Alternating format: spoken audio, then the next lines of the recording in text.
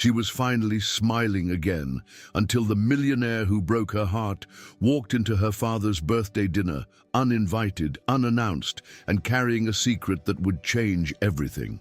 Hello, my friends. Before we begin this amazing story, leave a comment telling me where you're watching from and how your day is going. All right? And don't forget to like the video and subscribe to the channel. The story of Ilara Vance and Julian Croft begins not with a grand overture, but with the quiet, persistent hum of life in Hackney, East London. Here, the city breathes a weary kind of hope. It's a place of stark contrasts, where vibrant street markets overflow with colour and sound, their energy spilling onto pavements shadowed by Victorian terraced houses. These old homes stand shoulder to shoulder with modern council flats, their brick and concrete telling a tale of generations and survival. In the distance, the gleaming, skeletal silhouettes of the city's skyscrapers serve as a constant reminder of another world, a world of power and wealth that feels both impossibly far and oppressively close. This is a landscape built on resilience, a place where dreams are often deferred but never entirely extinguished, flickering like gas lamps against a gathering dusk. At the heart of this world is Ilara Vance, a 19-year-old woman whose spirit is as fierce as her circumstances are confining. She carries the unfulfilled dream of becoming a nurse, a calling to heal that she has placed on indefinite hold. Her reality is the hiss of a coffee machine and the clink of ceramic, working long hours as a barista to supplement her family's precarious income. She lives in a cramped but loving flat with her parents and younger brother, a space filled with the smell of her mother's tireless cleaning work and the quiet worry of her father, a skilled carpenter whose trade has grown inconsistent.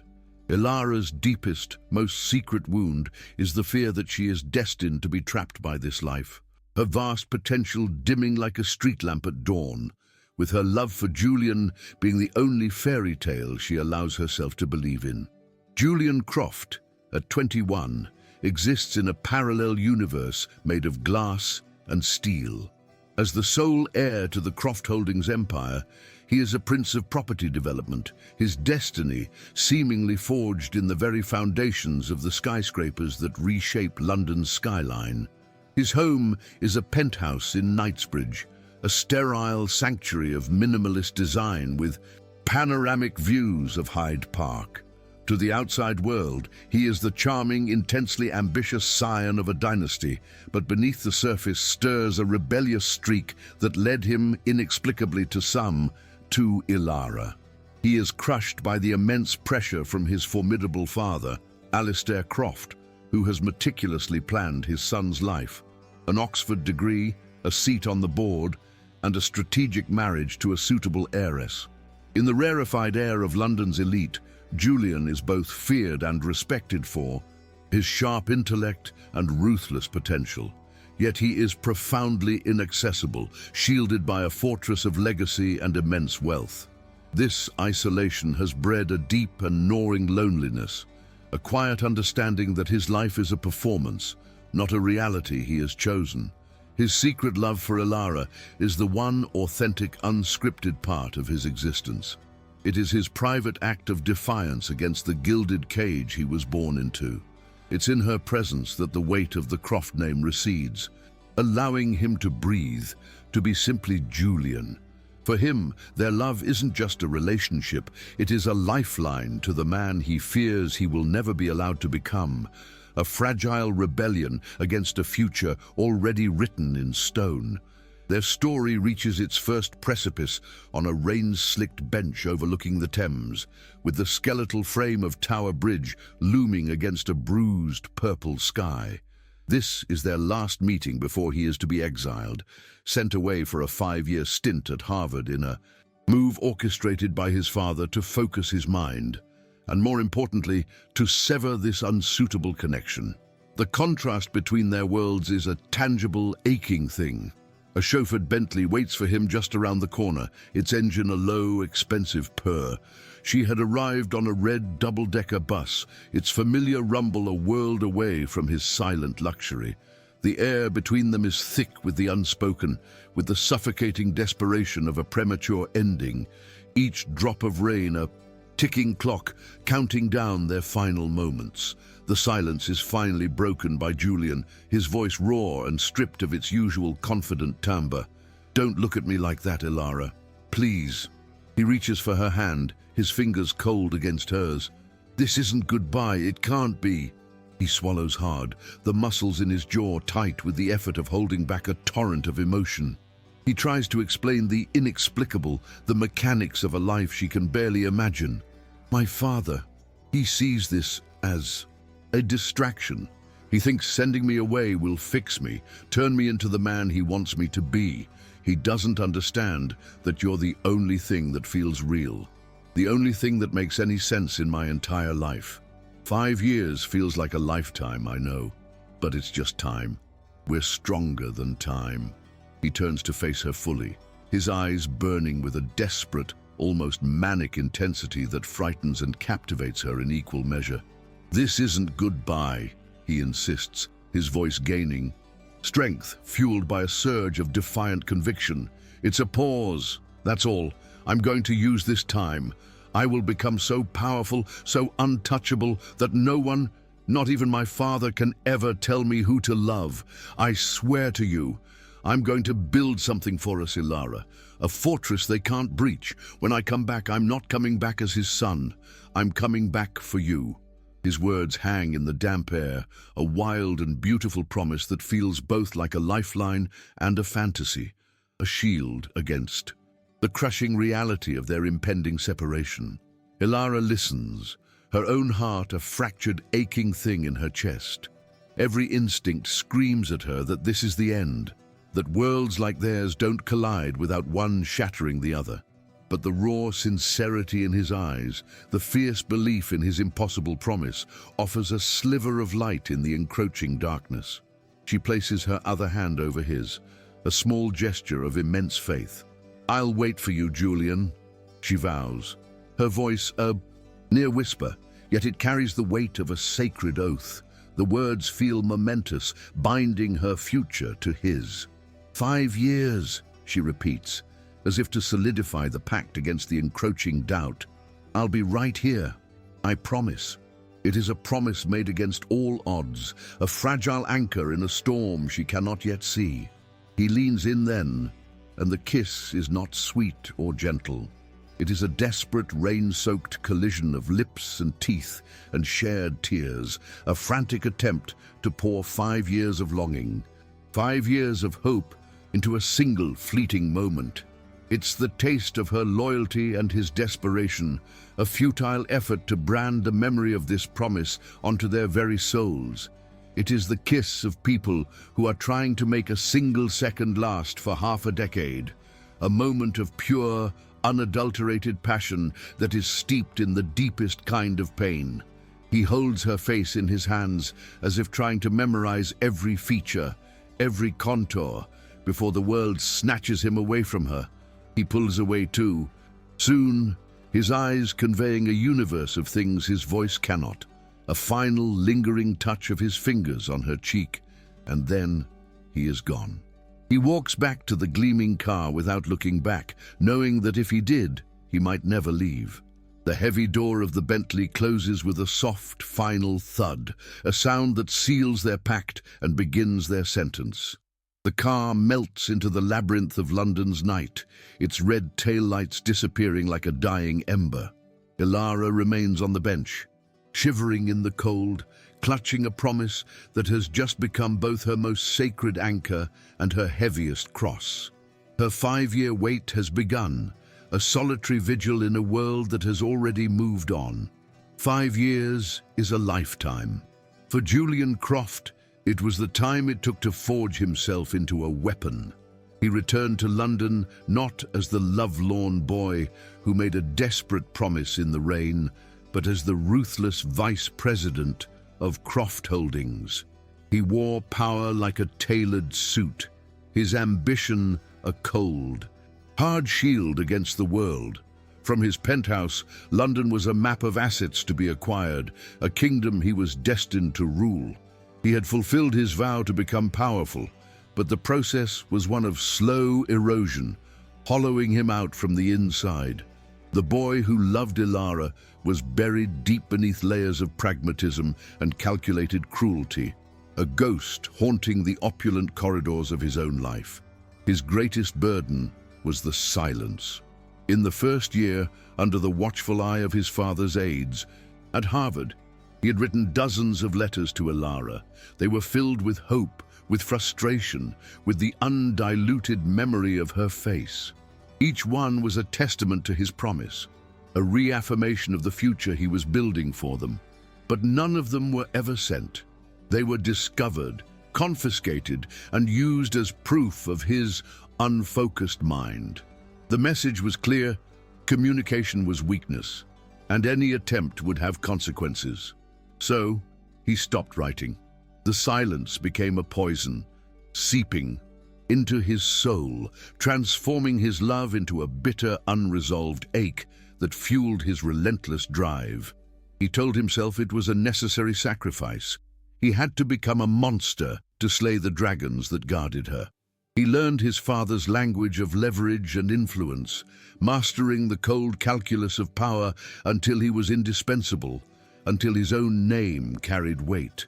Yet with every deal closed, every rival outmaneuvered, the distance between the man he was becoming and the boy Ilara loved stretched into an impassable chasm. He looked in the mirror and saw the reflection of his father staring back, a chilling victory that felt, in the quiet solitude of the night, exactly like a defeat. He had the world at his feet, but the one thing he did it all for was a ghost from a life he could no longer reach. For Ilara, those same 5 years were not a climb to power, but a descent into the stark realities of life and death. The promise she made on that rainy night became a flickering candle she had to shield against the relentless winds of hardship. Shortly after Julian left, her beloved grandmother's health took a devastating turn. Ilara spent countless weeks and months in Cornwall, a world away from her London life, trading her dreams of nursing school for the immediate grueling reality of being a caregiver.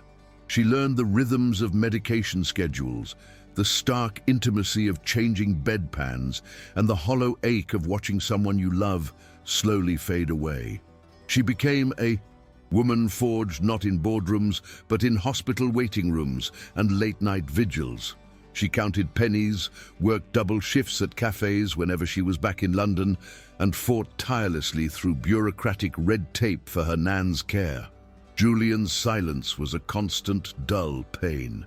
In the beginning, she made excuses for him, imagining his letters lost, his calls blocked. But as months turned into years, the silence began to feel like a verdict. The fairy tale rusted, the memory of his promise grew thin, worn down by the abrasive texture of her life. She survived, she persevered, she even managed to finally get into a nursing program. But the girl who made that vow on the bench was gone, replaced by a woman who understood the true cost of waiting. The night of her father's 60th birthday was meant to be a beacon of light. It was a once-in-a-lifetime splurge, a celebration at Aura, a Michelin-starred restaurant in Mayfair that was the stuff of legends in their world. The booking was a gift from her brother, who'd saved for a year. Surrounded by the hushed opulence, the gleaming crystal, and the soft murmur of London's elite, the Vance family felt like visitors in a museum. Ilara watched her father, his carpenter's hands looking out of place on the starched white tablecloth, his face lit with a joy so pure it made her heart ache. For this one night, she pushed aside the ghosts and allowed herself to simply celebrate the man who was her anchor. They were a small, warm island of genuine celebration in an ocean of cool, detached elegance. Ilara's mother, usually worn down by fatigue, was radiant, laughing at her husband's jokes. Her brother puffed his chest out with pride, the orchestrator of this grand gesture. Ilara felt a surge of love for them so powerful it almost brought her to tears. This was her world, This was real. The grit, the struggle, the fierce, unconditional love. It was everything Julian's world was not. She raised her glass of Prosecco, a luxury she hadn't tasted in years, and felt a moment of profound, uncomplicated happiness. It was a fleeting peace, the calm before a storm that had been brewing for 5 long years. Across the room, Julian Croft was closing a multi-million-pound deal. He was in his element, a predator cloaked in charm, his words precise and persuasive. His associates hung on his every syllable, their expressions a mixture of admiration and fear. He was negotiating the future of a city block, moving buildings and fortunes around like chess pieces. It was a game he had become unnervingly good at. He was about to deliver the final decisive line, the one that would seal his victory, when his eyes drifted across the dining room. And then he saw her. The world didn't just stop. It fractured, shattering into a million silent pieces. Every carefully constructed wall he had built around his heart crumbled to dust in an instant. The sounds of the restaurant, the clinking glasses, the low thrum of conversation, the smooth jazz from an unseen piano, all faded into a deafening silence.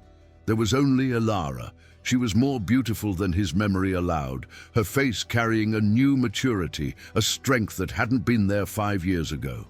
The boy he had buried deep inside him clawed his way to the surface, screaming her name.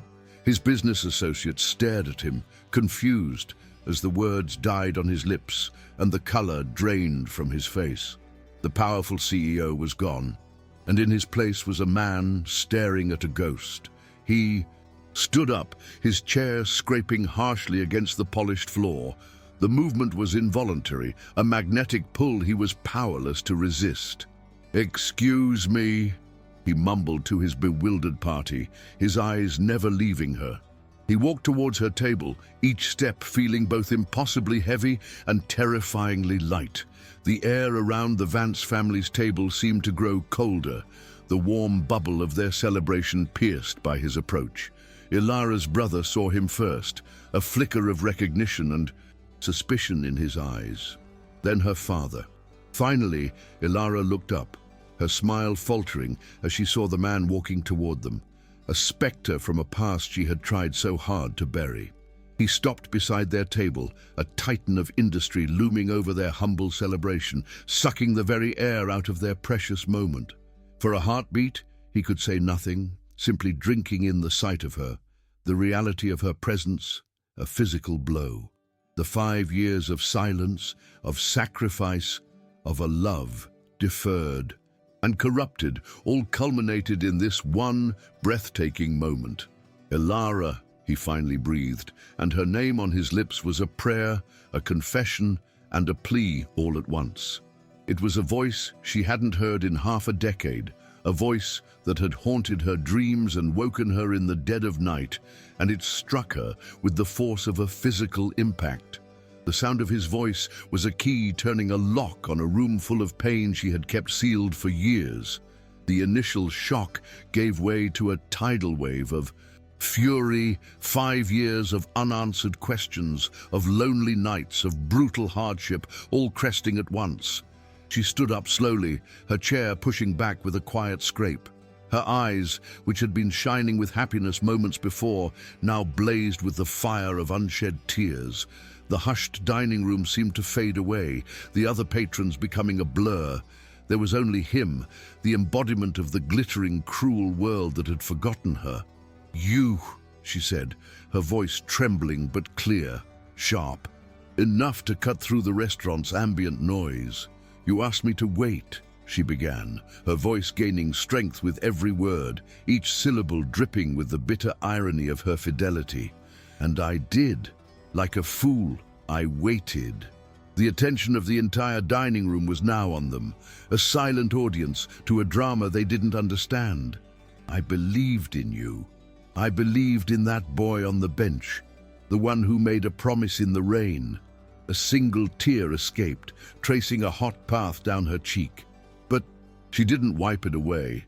"Do you have any idea what these 5 years were like? While you were at Harvard, building your grand future, I was in Cornwall, holding my Nan's hand while she died, fighting for every extra day." The words poured out of her now, a torrent of righteous anger and profound heartbreak. "While you were climbing the ladder at Croft Holdings, I was changing bedpans and counting pennies to see if we could afford the medication the NHS wouldn't cover. I was working 2 jobs to keep my family afloat, putting my own life, my own dreams, on hold because I made you a promise." She gestured around the opulent room with a sweep of her hand. "So, congratulations, Julian. Look at all this. You did it. You built something grand." She took a step closer, her voice dropping to a venomous whisper. "You just forgot to leave any room for me in your blueprints." She sank back into her chair, the explosive catharsis immediately giving way to a bone-deep exhaustion. The adrenaline vanished, leaving her trembling and exposed. Her father quickly put a protective arm around her, glaring at Julian with undisguised hostility. Her mother's face was a mask of worry, while her brother looked ready to physically throw Julian out of the restaurant. Julian just stood there, frozen, the force of her words having hit him like a physical assault. He was stripped bare in the center of his own territory, his power rendered utterly meaningless. He saw not an angry woman, but the loyal girl he had betrayed, her heart shattered in his hands. The spell was broken by the restaurant manager, who hurried over, sensing a scene that could tarnish Aura's pristine reputation. "Is everything all right here, Mr. Croft?" he asked nervously. Julian didn't even register the man's presence. He finally looked away from Ilara, his gaze falling on her father's furious face, her mother's fearful one. He had not only broken her heart, he had desecrated her family's happiness. Without another word, he turned and walked out of the restaurant, abandoning his multi-million-pound deal, his associates, and the life he had so carefully constructed. The illusion of his control was shattered, leaving only the devastating consequences of his choices. That night, Julian's pristine penthouse became a cage. He paced the floor like a trapped animal, the panoramic view of London's lights mocking him with its beauty. He called her phone, again and again, each unanswered ring a fresh wave of agony. He sent a frantic barrage of text messages, each one more desperate than the last. "Ilara, please, it wasn't like that. I never forgot you, not for a second. You don't understand what he did. Please, just give me 5 minutes to explain." His messages went into a void, met with a block of crushing, impenetrable silence. His carefully ordered world had descended into chaos, mirroring the tempest raging within his soul. He started to unravel. The next day at the office, he was a ghost, his focus completely gone. He made a series of reckless decisions, snapping at board members and cancelling crucial meetings without explanation. His life's work, the power he had amassed so painstakingly, now felt like a pile of ashes. His father, Alistair, summoned him to his office, demanding to know what had caused this sudden and catastrophic lapse in judgment. Julian could only stare at him, seeing for the first time not a powerful patriarch, but the architect of his misery. The obsession had taken root. He had to make Ilara understand the truth, no matter the cost. Nothing else mattered anymore. Meanwhile, Ilara tried to piece her world back together. After her family bundled her into a taxi and took her home, she retreated into a fortress of her own. She blocked his number, deleted his contact information, and instructed her family not to mention his name. "He's nothing to me," she declared, her voice brittle. "He's a ghost." Her father, his face a thunderous mask of protective rage, readily agreed. "He's from a world that will only hurt you, love. Stay away from him." She threw herself into her nursing shifts, the grueling work a welcome distraction, the needs of her patients a balm for her own wounded heart. She was determined to cauterize the wound he had reopened, but in the quiet solitude of her small bedroom, late at night when the city was asleep, the fortress would crumble. His face, stripped of its power and filled with a raw, desperate pain, haunted her. It didn't align with the simple, clean-cut story of betrayal she had told herself for years. The story of a rich boy who simply moved on and forgot the poor girl he once dallied with. The pain in his eyes had been real as her own. She found a small, worn box under her bed, filled with mementos from their time together, including hopeful notes she'd written to herself during the first year of his absence. The cracks in her narrative of his villainy began to appear, and through them, the terrifying, undeniable truth of her unresolved love seeped through. A few days later, her resolve was tested. As she left the hospital after a grueling 12-hour shift, exhausted and emotionally drained, she saw him. He was standing across the street, leaning against a wall, looking entirely out of place in his expensive suit against the gritty backdrop of the hospital entrance. He looked like he hadn't slept in days. When he saw her, he pushed himself off the wall and took a step forward. Her first instinct was to run, but she forced herself to stand her ground. She lifted her chin, squared her shoulders, and walked right past him as if he were a stranger, her heart hammering against her ribs like a trapped bird. "Ilara, wait!" he called out, his voice hoarse with desperation. She didn't stop, didn't even slow her pace. He wouldn't get to her, not again. She wouldn't let him. But then he called out something that made her freeze, her feet cementing themselves to the pavement. "Your grandmother," he shouted, his voice echoing slightly in the evening air. "I need to tell you about what happened, about Cornwall." The words hung in the air between them, a hook baited with a mystery she couldn't ignore. Her grandmother was her sacred ground, a memory he had no right to invoke. What could he possibly know about Cornwall? Against her better judgment, a seed of doubt was planted. The situation was spiraling beyond their control. A notorious gossip columnist who had been dining at Aura that fateful night published a thinly veiled but scathing piece.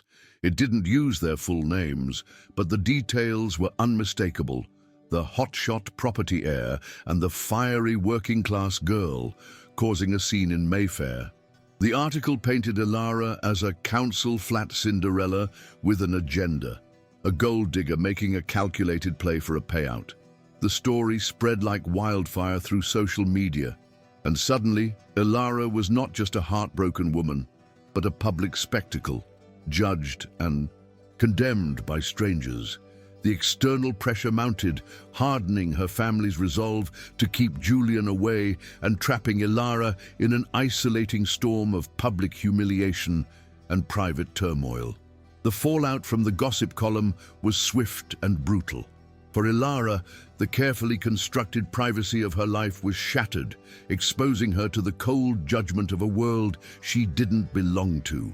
At the hospital, the whispers followed her down the corridors, the pitying and speculative glances from colleagues, feeling like tiny paper cuts on her already raw nerves. The article had reduced her 5 years of pain and sacrifice into a tawdry caricature, the ambitious girl from the wrong side of the tracks. The shame was a physical weight, making it hard to breathe, hard to look people in the eye. It was a public stoning, and she felt every single stone. Her family responded by drawing the wagons into a tight, protective circle. Her father's deep suspicion of Julian hardened into a cold, impenetrable hatred. To him, Julian was no longer just a source of heartbreak, but the agent of his daughter's public humiliation. "I knew he was poison," he declared one evening, his voice shaking with rage. "These people, they destroy everything they touch. You will have nothing more to do with him, Ilara. That's final." The protective shield of her family, once a comfort, now began to feel like the walls of a prison, isolating her with her own confusing turmoil and the haunting echo of Julian's last words. Julian, seeing the article, felt a surge of white-hot fury that eclipsed his own desperation. He didn't care about his own reputation, but the calculated, cruel way they had painted Ilara ignited a fire in him. He knew his father's methods. This was a classic Croft Holdings maneuver, designed to neutralize a problem by discrediting it publicly. This wasn't just tabloid gossip. It was a targeted attack.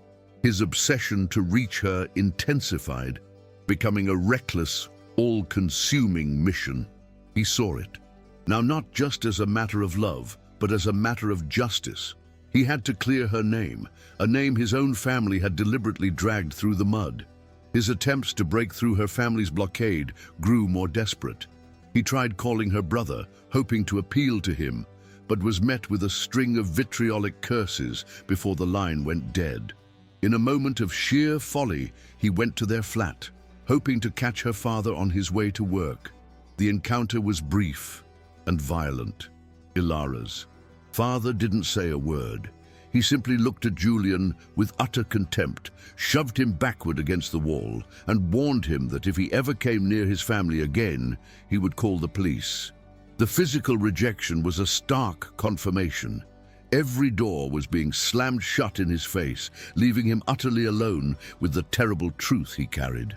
Ilara, meanwhile, could not shake Julian's words about Cornwall. They played on a loop in her mind, a discordant note in the simple melody of her anger. She began to remember things, small inconsistencies she had dismissed at the time as bureaucratic incompetence. She recalled the specialist referral for her nan that was inexplicably delayed for 3 critical weeks.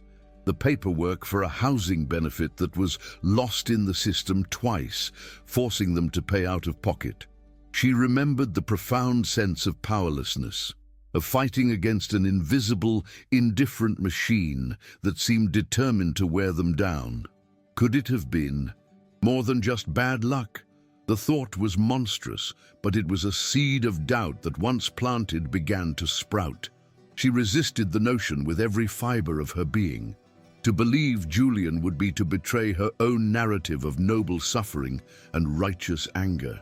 It felt like a trick, a cruel and desperate ploy to gain her sympathy by invoking the most sacred and painful memories she had. He's lying, she told herself fiercely, scrubbing a hospital floor with a fury that startled a passing colleague. He's a liar and a manipulator, just like his father. But even as she formed the words, the image of his face outside the hospital, stripped of all its arrogance, filled only with a desperate, hunted look, rose in her mind. It was a face that didn't match the villain she had cast him as. The public humiliation of Ilara was the final catalyst for Julian. His desperation, fueled by his father's silent, cruel maneuvering, finally boiled over. He drove to the Croft Holdings tower, his mind a storm of rage and resolve. He didn't use his security pass. He walked through the main entrance like an invader, his face a mask of grim determination that made security guards step aside. He ignored the frantic calls of his personal assistant as he strode down the hall to the main boardroom, the epicenter of his father's power. He didn't knock. He threw the heavy oak doors open with a crash that silenced the powerful men seated around the polished mahogany table. Alistair Croft looked up, his expression one of mild annoyance at the interruption, but it quickly turned to stone when he saw his son's face. The other board members shifted uncomfortably, sensing the eruption that was about to occur. "Gentlemen," Alistair said, his voice as cool and smooth as marble, "if you would give us a moment." He didn't ask, he commanded. They filed out of the room, their curiosity palpable, leaving father and son alone in the cavernous, silent space. "Whatever this is, Julian," Alistair began, "it, had better be important." Julian strode to the table, leaning on it with both hands, his knuckles white. "It is," he said, his voice low and dangerous. "It's about Cornwall." Alistair's composure didn't falter, but a flicker of something, recognition, perhaps even pride, passed through his cold eyes. "Ah," he said softly, "the girl. I assume she has been filling your head with sentimental nonsense." Julian laughed, a harsh, bitter sound that held no humor. "No," he countered. "She hasn't said a word to me. She thinks I abandoned her. She thinks I'm you." He straightened up, his gaze locking with his father's. "So I want you to tell me what you did." He needed to hear it from the monster's mouth, to have the final, horrifying piece of the puzzle fall into place. His father leaned back in his chair, a king upon his throne, and a chillingly calm smile touched his lips. "Of course, I dealt with the situation," he admitted without a trace of remorse. "It was a simple matter of risk. Management. The girl was a liability, a threat to decades of planning for this family, for this company, for you." He spoke as if explaining a routine business transaction, his detachment making the confession all the more monstrous. "I started with the most direct approach. I let the boy know that any further contact would have consequences for his family.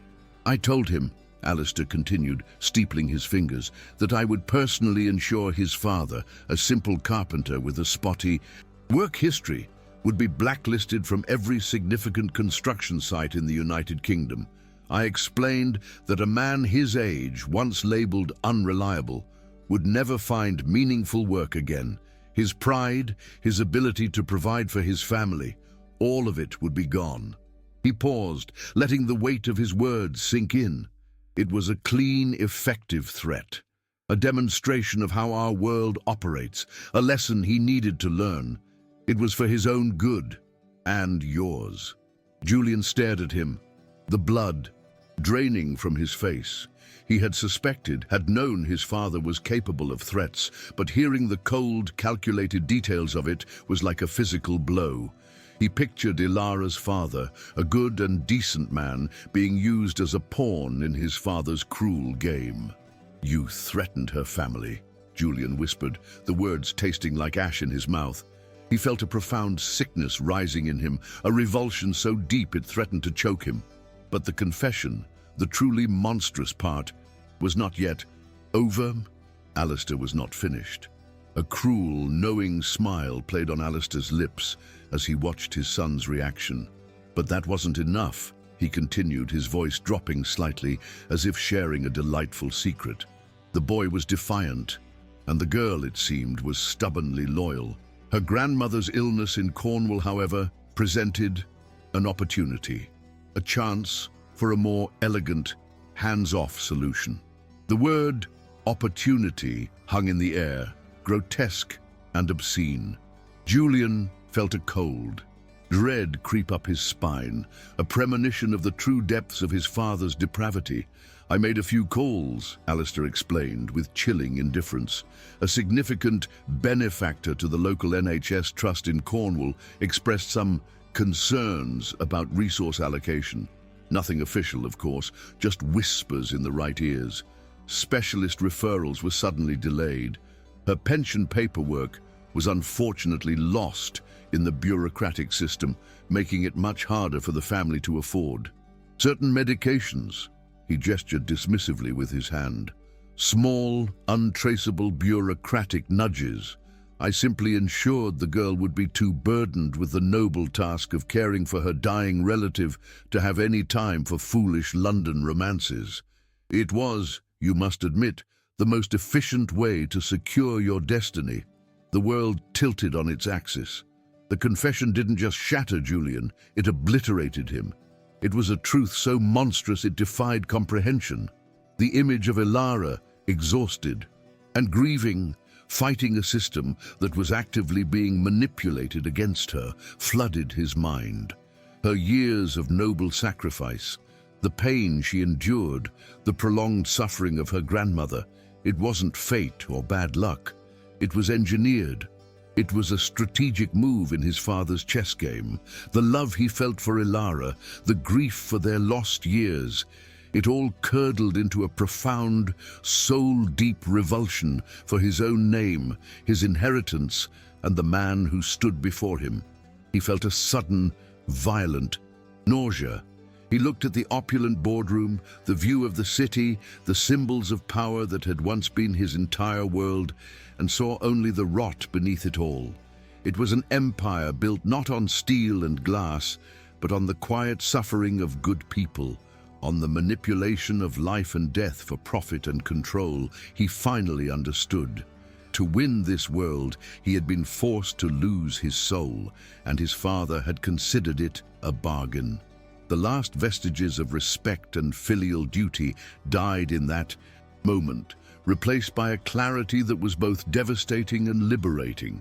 When Julian finally spoke, his voice was no longer that of a son, but of a judge delivering a sentence. It was quiet, broken, yet imbued with an unshakable finality. "All of this," he said, his gesture encompassing the room, the tower, the entire Croft empire, "it's built on pain. It's built on the suffering of a good man who just wants to work, and on the final, agonizing days of a dying woman." He looked his father directly in the eye, and for the first time, Alistair saw not a rebellious son, but a stranger. The bond between them was not just broken, it was annihilated. "You can keep your bloody empire," Julian snarled, the words tearing from his throat. He pulled the heavy gold signet ring from his finger, the ring his grandfather had given him, the symbol of his birthright. He tossed it onto the vast, polished table. It clattered and spun, the sound echoing with deafening finality in the silent room. He didn't want the money, the power, or the name if this was its price. The cost was too high. It was a cost he was no longer willing to let Ilara pay.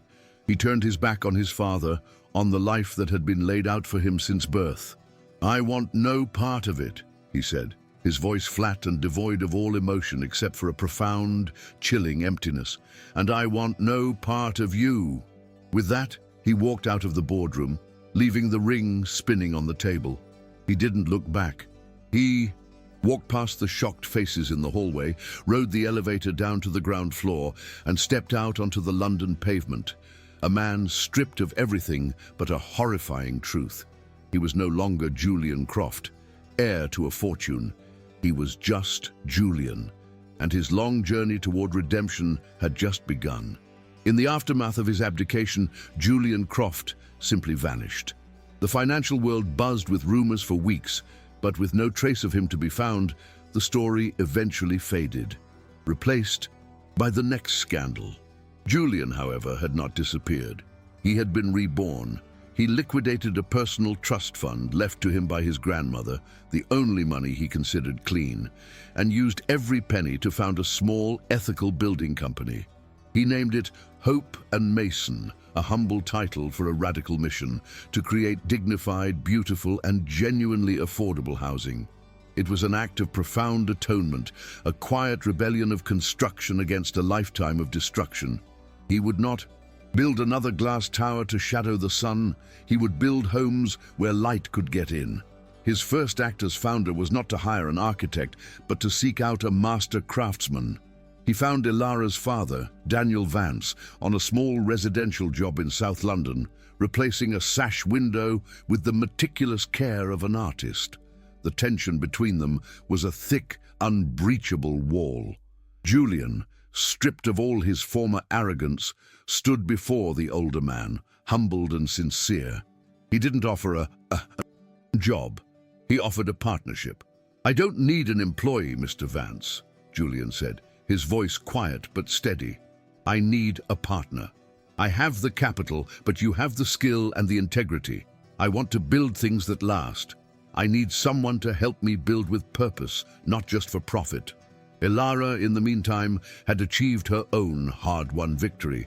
She passed her final exams and became a registered nurse, the crisp blue uniform, a symbol of a dream she had refused to let die. The news of Julian's venture reached her through her father, who, after weeks of cautious deliberation and seeing the earnest desperation in the young man's eyes, had guardedly accepted the partnership. Ilara was stunned into silence. This new narrative was impossible to reconcile with the man from Aura or the silent ghost from her past. It was an act so contrary to the world of the Crofts that she couldn't comprehend it. It was an apology written in brick and mortar, and she didn't know what to do with it. Driven by a turbulent mix of curiosity and disbelief, she went to see for herself. She found their first site, a derelict, forgotten plot of land nestled in a neglected corner of the city. From across the street, she watched, hidden in plain sight. The man she saw, was not Julian Croft, CEO. This man was covered in dust, his designer suit replaced with worn jeans and a faded t-shirt. He was working alongside the small crew, hauling timber, his movements clumsy at first, but determined. She watched as he listened intently to her father, a look of profound respect on his face. He was earning his place, not buying it. He was building his penance from the ground up. Finally, she could not stay away. She marched onto the building site one afternoon, her clean nurse's uniform a stark contrast to the dust and sweat around her. The last of her defenses, the anger that had protected her for so long, flared up. She found him consulting a blueprint with her father. "This is quite a performance," she said, her voice sharp, accusing. "You hire my father, you start this charity project. Are you doing all this out of pity? Is this all just some grand gesture to get back to me, to clear your conscience?" The words were meant to hurt, to push him away, to restore the simple order of him being the villain. Julian looked at her, and his face, etched with a new kind of exhaustion she'd never seen before, was completely devoid of artifice. He didn't flinch from her accusation. "I hired your father because he's the best carpenter I've ever known, and I was a fool not to see it sooner," he said, his voice raw with sincerity. He took a small step closer, his gaze unwavering. "And I have to do this, Ilara. You have to understand that. This isn't for you, it's for me." His voice broke slightly. "It's so I can try to become a man worthy of the memory of the boy you once loved." He held her gaze for a moment longer, then let her go. "I promise I will never interfere in your life again." His words and the profound, unconditional freedom he offered her finally shattered the last of her walls. It wasn't a play. It was a genuine act of repentance. His willingness to let her go was the one thing that could make her want to stay. The anger that had been her shield for so long finally dissolved, leaving behind the aching, undeniable truth of the connection that still bound them. The next afternoon, she returned to the site. She found him in the dusty, makeshift office, poring over invoices. She said nothing, simply placed 2 steaming cups of tea on the cluttered desk. He looked up, his eyes wide with surprise. "You look like you could use this," she said softly. A simple offering that was, in reality, a truce. 2 years later, the sun shone brightly on a street party. Laughter echoed through the air, mixed with the smell of a barbecue and the sound of music. The first Hope and Mason project was complete, a beautiful, thoughtful development of low-rise flats and shared green spaces. Julian and Ilara were there, not on a stage or accepting praise, but woven into the fabric of the celebration. A neighbor clapped Julian on the back, calling him Jules, and asked his advice about a wobbly shelf. Ilara was laughing, deep in conversation with the wife of one of the bricklayers. They hadn't just built houses, they had built a community, and for the first time, they both truly belonged. As dusk began to settle, casting a warm, golden glow over the party, they slipped away, heading up to the small balcony of their own modest flat within the development. They stood together, looking down at the vibrant life they had helped create, a quiet sense of purpose settling over them. Ilara leaned her head on his shoulder, her contentment a palpable thing. The papers used to love the story of the powerful CEO and the working-class girl, she said softly, a gentle irony in her voice that held no bitterness, only the wisdom of their long journey. Julian took her hand, his own now calloused and strong, a testament to the work he had done on the world and on himself. He brought her hand to his lips and kissed her knuckles before wrapping his arms securely around her. He looked out at the warm lights beginning to flicker on in the homes below, at the silhouettes of families and friends. "That's not our story anymore," he replied, his voice full of a quiet, unshakable conviction. "We're just the builders." The final image was of their 2 figures standing close, together against the lights of the world they had built. A love that hadn't just survived being torn apart, but had learned how to create something new and beautiful in the broken places. If this story moved you, leave a like, subscribe, and share it with someone who needs to believe in love again.